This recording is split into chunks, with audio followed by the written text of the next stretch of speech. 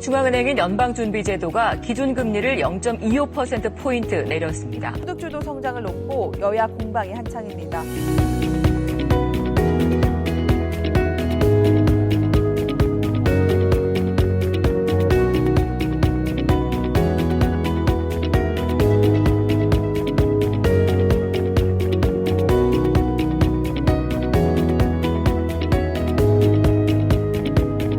국내 주요 연구기관들도 다 반등한다고 얘기하는데 도대체 누가 위기라고 이야기하는 건가?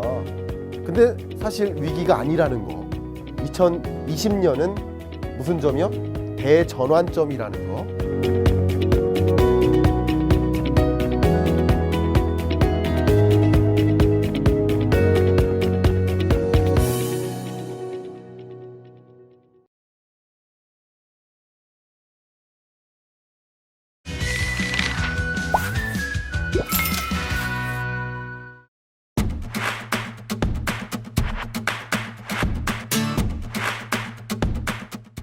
안녕하세요. 전국에 계신 경할머니 여러분, 경제 읽어주는 남자 김광석입니다.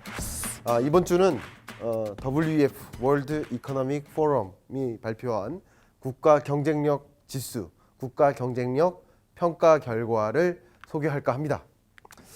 처음 이 자료를 소개하는데요. 매년 글로벌 컴패러티브니스 리포트가 발표됩니다.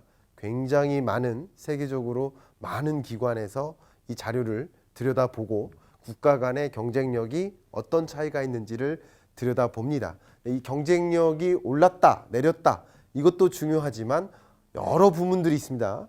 여러 12가지 부문이 있기 때문에 어떤 부분에서 우리가 경쟁력이 개선됐나, 또 어떤 부분에서 우리가 경쟁력이 오히려 열위하게 되었나, 이런 것을 면밀히 들여다보는 것은 상당한 의미가 있겠다라는 말씀을 드려봅니다. 자, 먼저 경알못을 위한 생기초 잠깐 들어가도록 하겠습니다. 기본적으로 우리나라는 13위, 국가 경쟁력 지수 13위, 세계 경제 규모 12위, 세계 무역 규모, 수출 규모 6위, 뭐 이런 여러 대국에 해당되는 것들이 있죠. 인구 규모 뭐 21위, 뭐 이런 거, 이런 것처럼 경쟁력으로 봤을 때 우리나라는 13위 대국이다. 그리고 더 중요한 것은 작년에 비해서 올해 2계단 올라갔다. 그러니까 작년에는 15위였는데 올해는 13위로 올라갔다. 잠깐 말씀드리고요.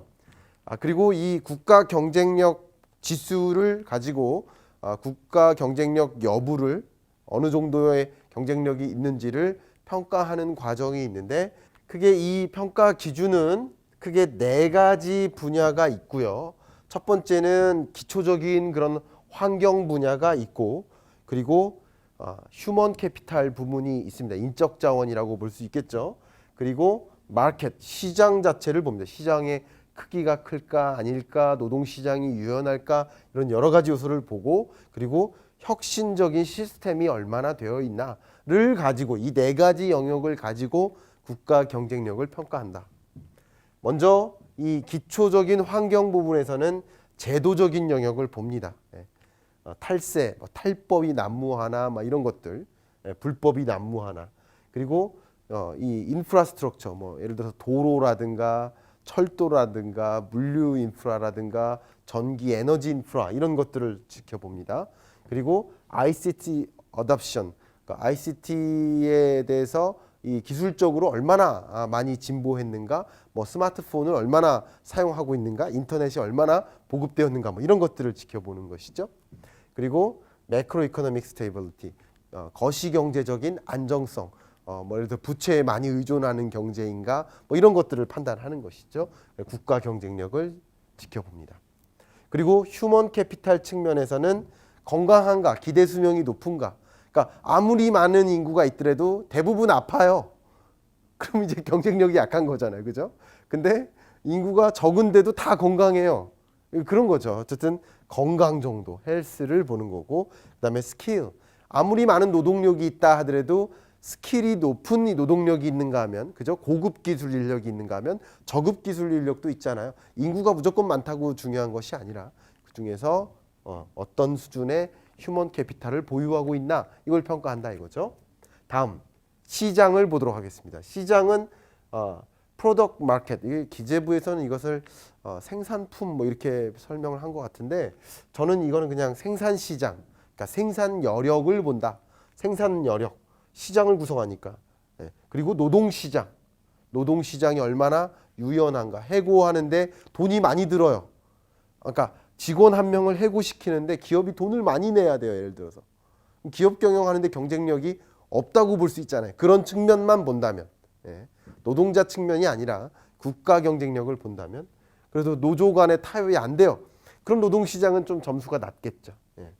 그리고 파이낸셜 시스템이 어떤가, 뭐 이렇게 대출하기가 유리한가, 뭐 이런 것들이죠.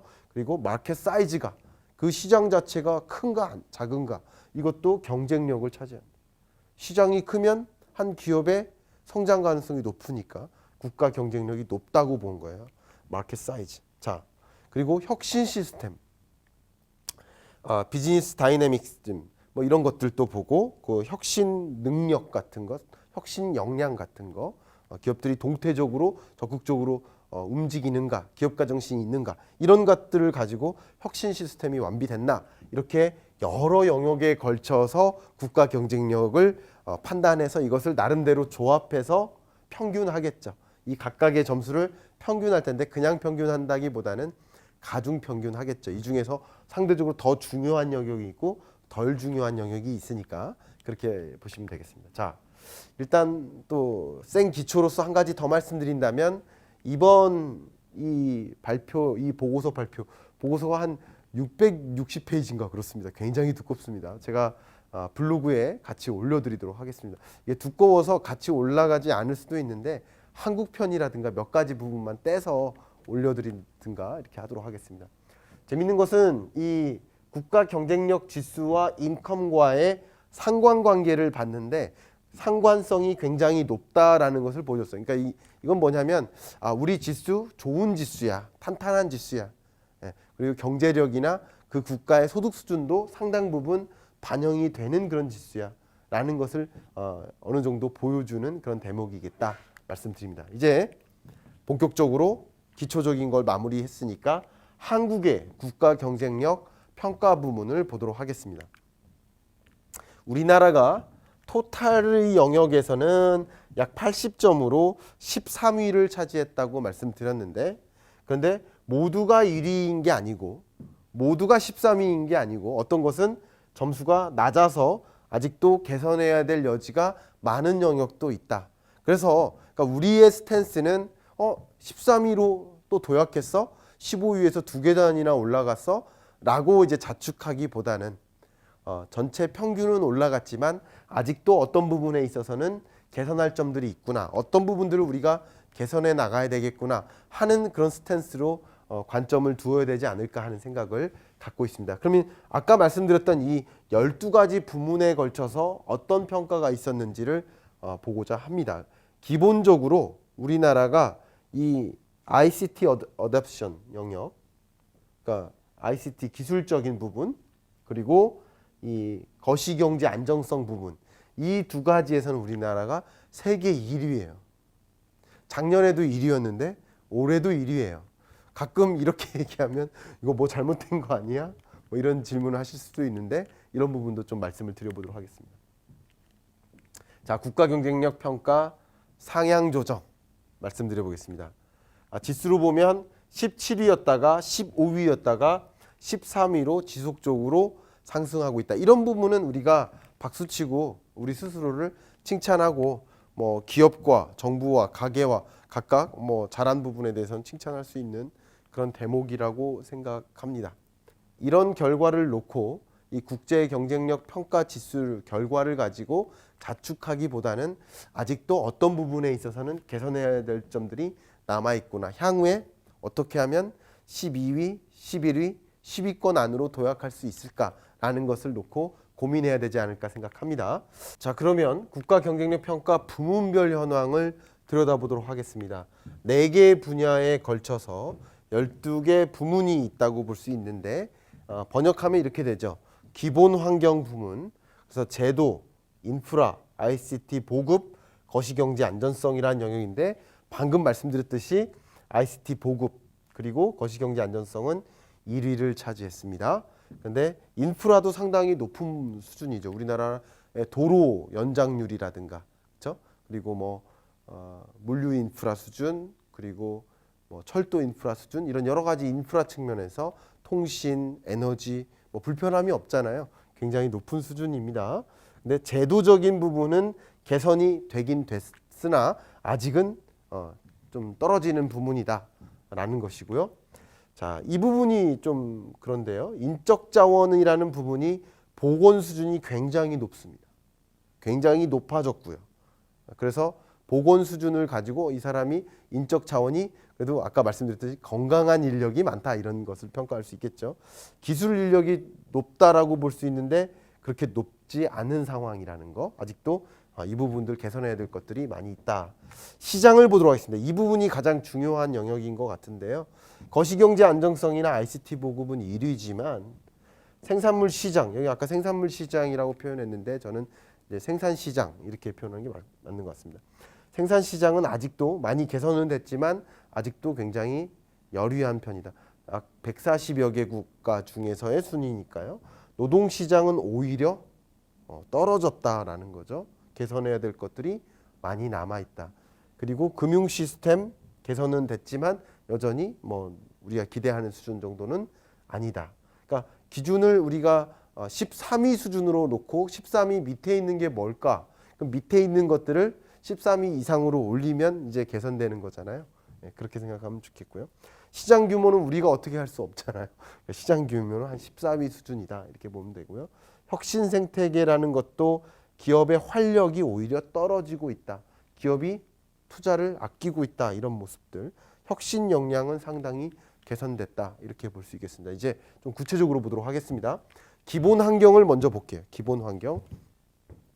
제도는 그나마 전자정부를 추진한다든가 온라인 행정을 한다든가 국토관리의 질을 높인다든가 하는 측면에서 개선된 것들이 많지만 여전히 규제에 대한 부담이 남아있고 지재권 보호가 잘 안 된다든가 그리고 언론 자유, 부패 지수 이런 것들이 개선되지 못하고 오히려 하락하고 있다. 이런 측면에서 제도적인 측면에서 개선해야 될 것들이 아직 남아있다. 인프라는 그래도 괜찮은 것 같고요. ICT 보급이나 경제 안정성도 괜찮아 보입니다. 인터넷 사용자, 가입자, 스마트폰 보급 뭐 이런 것들은 정말 말 그대로 최상위 수준이잖아요. 다만 거시경제 안정성을 보면 경제가 좋다 안 좋다 나쁘다 이 얘기가 아니라 안정적인가를 본 건데 첫 번째는 물가 상승률. 물가 상승률이 안정적인가. 우리나라 저물가로 안정적이잖아요.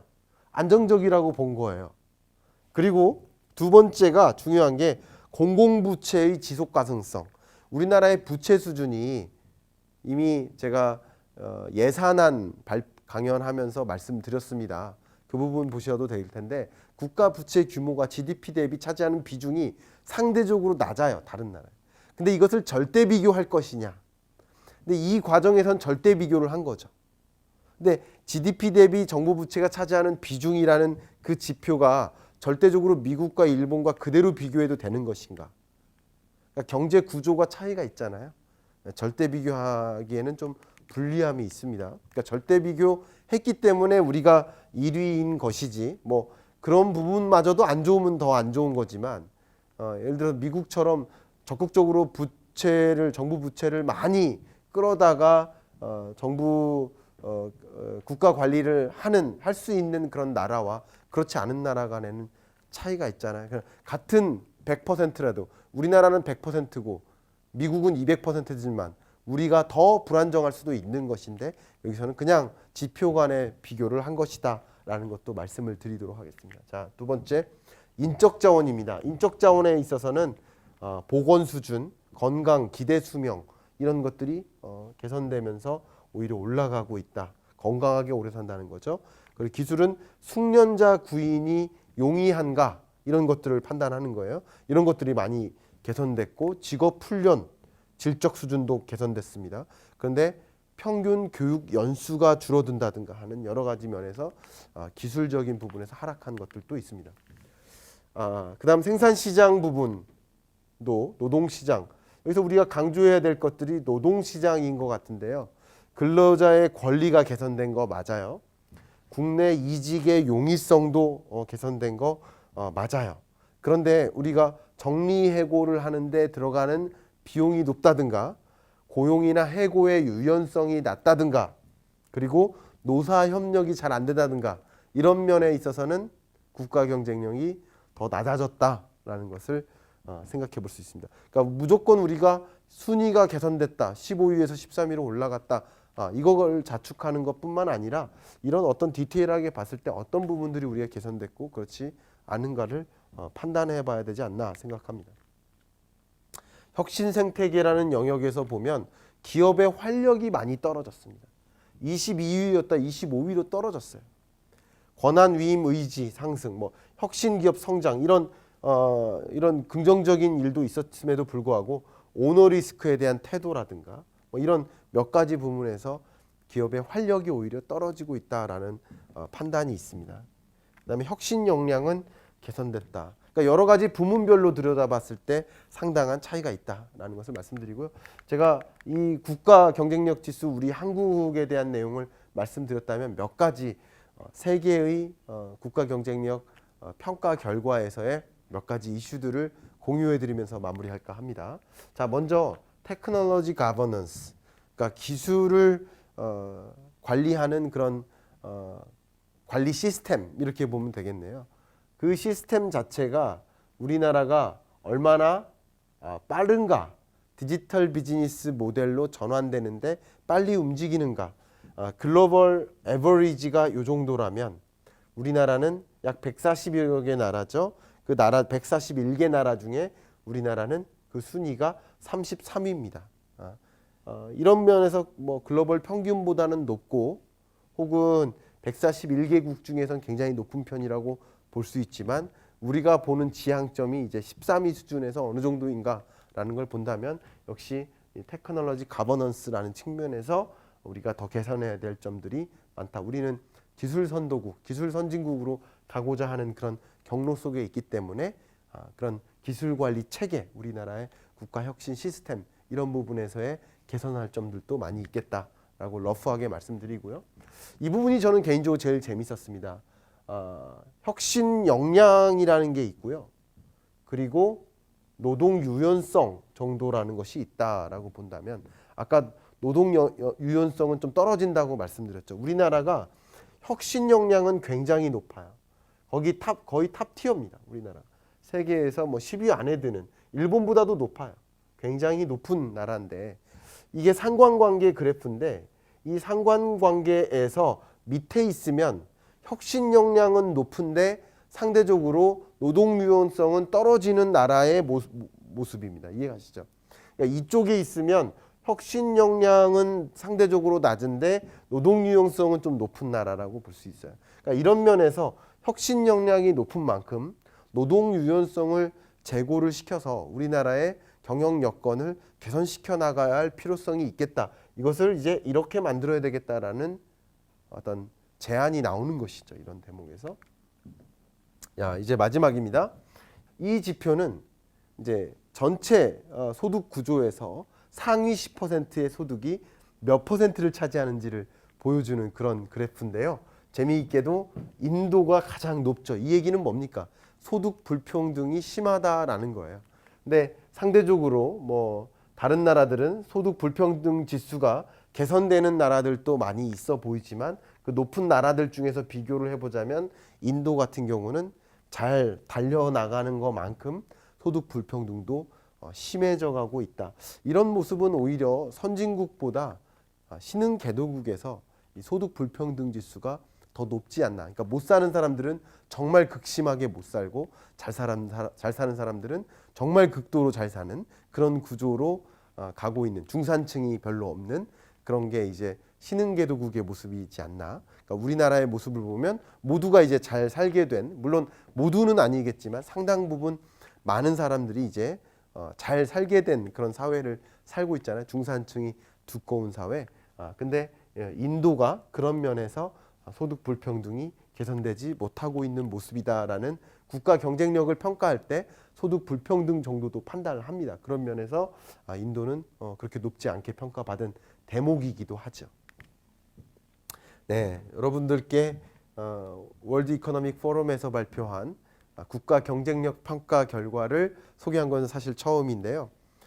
이 소개 결과를 통해서 물론 우리나라가 17위, 15위, 13위로 계속 개선되어 가고 있는 모습, 이런 부분에 대해서 박수 쳐야 될 대목들이 많이 있습니다.